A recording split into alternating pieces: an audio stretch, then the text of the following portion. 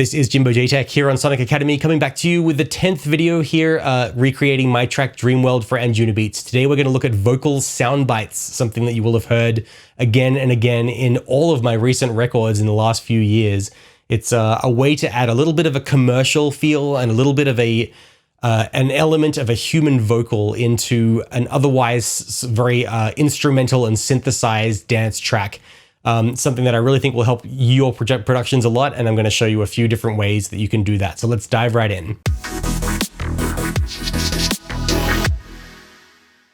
Okay, our burgeoning trance track is almost there, and you know, something that I really try and throw into every single J-Tech track now is some kind of vocal sound bites, some sampled aspect of the human voice in the song somewhere, and it's usually presented in some kind of robotic and sort of synthetic way. And the reason that I do that is because, you know, after years of writing so much instrumental dance music, I realized that, you know, there are so many listeners out there who need to have the human voice in the song, because that's how they hear the humanity in the song. That's how they hear themselves in the song. You know, if you do a song with no vocal anything in the song, it will appeal to the geekier people who have more of a sense of, you know, what's going on under the hood.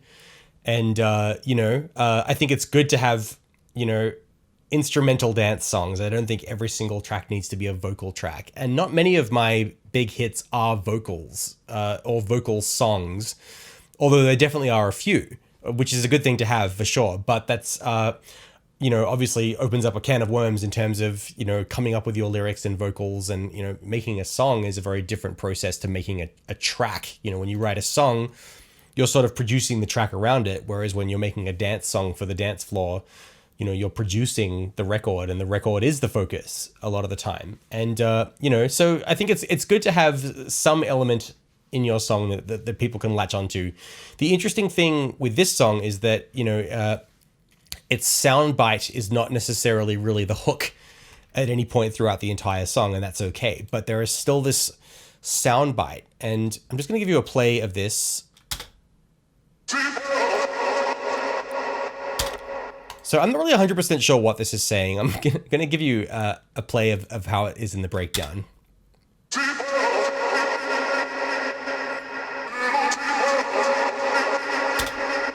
But it kind of sounded like Dreamworld, and hence the title for this track was discovered. So it's a soundbite, and, you know, it starts coming in really early in the song. So let's hear it.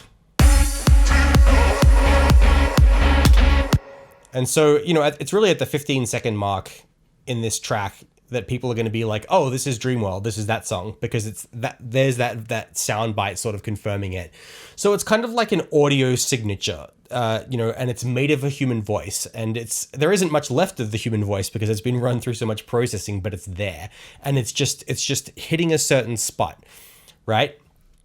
So it's run through, you know, it's got some low frequencies taken out of it, you know, some simple EQ, which I'm gonna touch on in the next couple of videos. You know, some reverb on it, and then that ubiquitous sidechain compressor.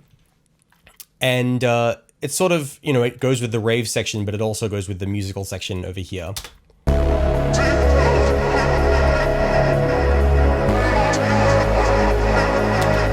It's got that sort of slightly pitched down vocal thing, which is, you know, a little bit trendy, but I don't think it overdoes it in that department. So, you know, I use a lot of Splice vocals. One thing I try and avoid is using like a full 3-minute sung main vocal top line or something like that in my song, because it's kind of somebody else's vocal. I love just like taking little chops, and I don't care if those little chops or those little phrases are used in other records, because that's the deal with sampling, you know, like we sample these vocals, and these samples, you know, can and should get used again and again, but we're trying to put our own spin on them, so they at least sort of pop through in your song in a way that is unique and special to your song. So the way that I do this, I use Splice because we live in this world where, you know, the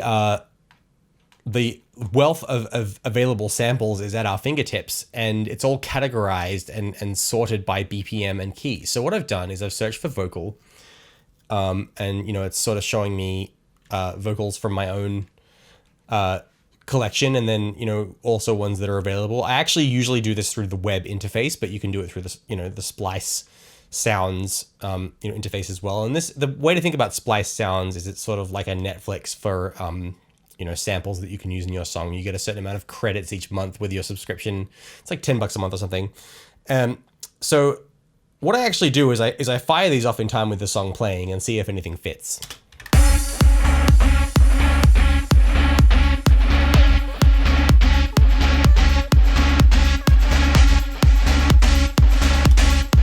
And I might actually just turn this down a tad while I'm auditioning so that it sort of comes through a bit better.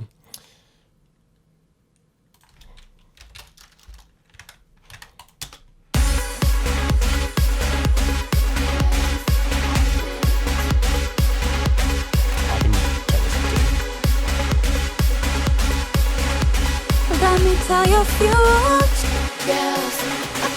Girls, I feel the tone on my lip. Do you feel the fire inside of me? That's kind of a nice one. Do you feel the fire inside of me?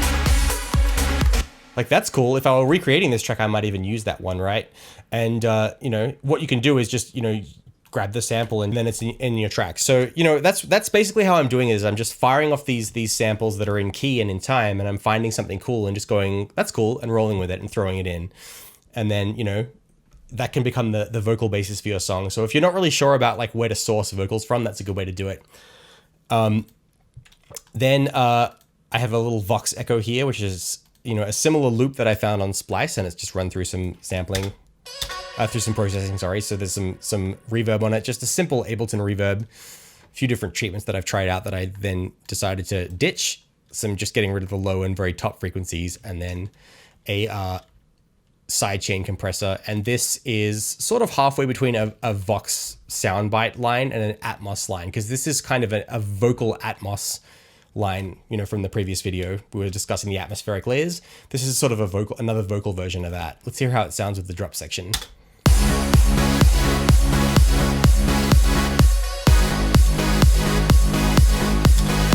So once again, very subtle, but it's just creating a human vocal element that's there. And then I had this last one, which was a bit more of a hook for the track earlier on in the creation process, and it didn't end up really making the cut for the main song, but I just kept it in the last little breakdown here. Once again, not even really sure what that's saying.